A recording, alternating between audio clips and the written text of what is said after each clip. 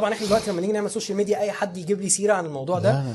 حتى لو انت عملته من وراهم وكنت فرحان بالارقام، الارقام دي لا تعني شيء. ممكن طبعا تكون ده بالعكس مضره.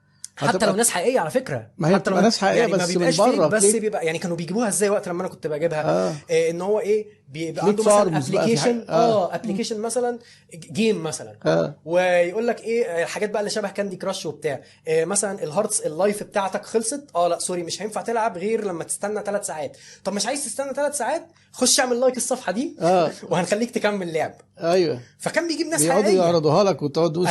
كان بيجيب ناس حقيقيه، بس ناس حقيقيه ملهاش اي ملهاش معنى اي قيمه، وهو ولا. وبالعكس دي بتبوظ لما تيجي تعمل بقى اعلانات مموله والكلام ده كله، بتبوظ الالجوريثم.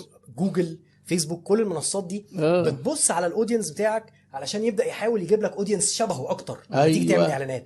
فانت جاي الناس بتلعب كاندي كراش هم 3/4 اللايك اللي عندك، يروح يجيب لك ناس مختلفه تماما.